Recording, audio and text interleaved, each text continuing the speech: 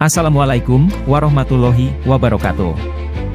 Perkenalkan, nama saya Chandra Septorino Aji, Guru SDN Karangkemiri Korwilcam Dindik Karanglewas Kabupaten Banyumas. Kali ini, kami akan membagikan praktik baik kepada Bapak Ibu semua tentang praktik coaching yang dilakukan kepada siswa kami. Berikut tayangannya. Coaching didefinisikan sebagai sebuah proses kolaborasi yang berfokus pada solusi, berorientasi pada hasil dan sistematis, di mana coach memfasilitasi peningkatan atas performa kerja, pengalaman hidup, pembelajaran diri, dan pertumbuhan pribadi dari coachee. Coaching lebih mengarah kepada membantu seseorang untuk belajar daripada mengajarinya. Proses coaching memberikan ruang bagi coach untuk menggali semua potensi yang ada pada diri coachee sehingga coachee dapat berkembang dan berpikir pada saat ini ke arah pemikiran masa depan. Coaching merupakan suatu proses percakapan yang memberdayakan. Maka dalam proses coaching seorang coach harus mampu mengajukan pertanyaan-pertanyaan berbobot yang berpeluang pada coachee untuk mengemukakan jawaban-jawaban yang menantang dari dirinya sendiri, karena pada dasarnya coachee sendirilah yang lebih tahu masalahnya daripada coach. Sejalan dengan hal tersebut, dalam proses coaching, diperlukan keterampilan bertanya dari coach dalam rangka menggali, dan menuntun coachee untuk menemukan solusi dari masalahnya, melaksanakan dan merasakan dampaknya sendiri. Dalam konteks pendidikan, coaching merupakan suatu proses sebagai komunikasi pembelajaran antara guru dan murid. Murid diberikan ruang kebebasan untuk menemukan kekuatan dirinya dan peran pendidik sebagai pamong dalam memberi tuntunan dan memberdayakan potensi yang ada, agar murid tidak kehilangan arah dan menemukan kekuatan dirinya tanpa membahayakan dirinya.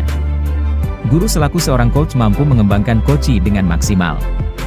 Proses coaching yang berhasil akan menghasilkan kekuatan bagi coach dan coachee untuk mengembangkan diri secara berkesinambungan.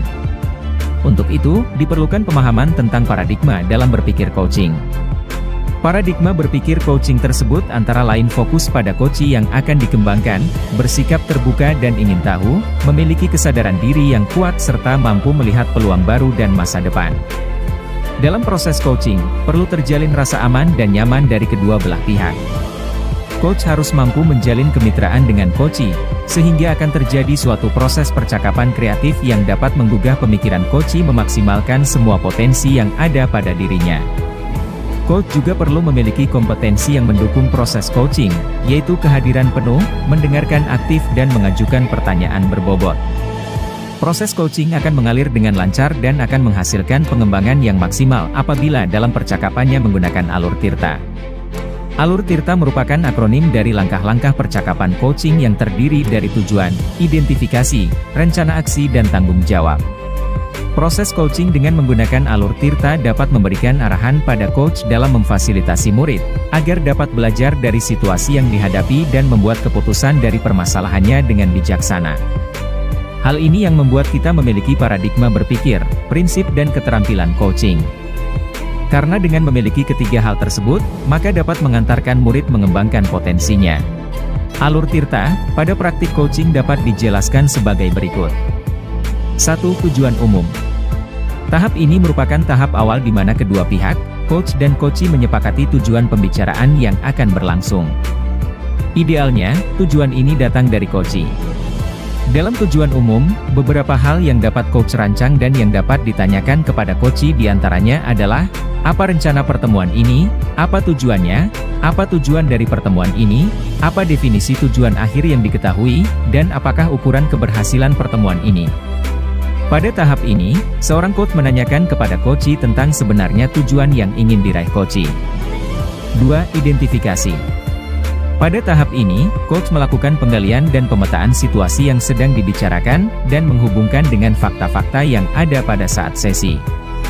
Beberapa hal yang dapat ditanyakan dalam tahap identifikasi ini diantaranya adalah, kesempatan apa yang dimiliki sekarang, dari skala 1 hingga 10, di mana posisi sekarang dalam pencapaian tujuan, apa kekuatan yang dimiliki dalam mencapai tujuan tersebut, kemungkinan apa yang bisa diambil, apa hambatan atau gangguan yang dapat menghalangi dalam meraih tujuan, dan apa solusinya.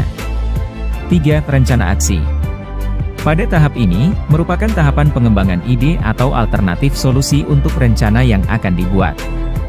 Beberapa hal yang dapat ditanyakan dalam tahapan ini adalah, Apa rencana ke depan dalam mencapai tujuan? Adakah prioritas yang ingin dicapai? Apa strategi untuk itu? Bagaimana jangka waktunya? Apa ukuran keberhasilan rencana aksi tersebut? Dan bagaimana cara untuk mengantisipasi gangguan? 4. Tanggung jawab. Pada tahapan ini, Koci membuat komitmen atas hasil yang dicapai dan untuk langkah selanjutnya. Beberapa hal yang dapat ditanyakan pada tahap terakhir ini adalah, apa komitmen Anda terhadap rencana aksi, siapa dan apa yang dapat membantu Anda dalam menjaga komitmen, dan bagaimana dengan tindak lanjut dari sesi coaching ini. Itulah beberapa hal tentang praktik coaching yang dapat dilakukan untuk menyelesaikan permasalahan yang terjadi di sekolah. Sekian, dan terima kasih. Wassalamualaikum warahmatullahi wabarakatuh.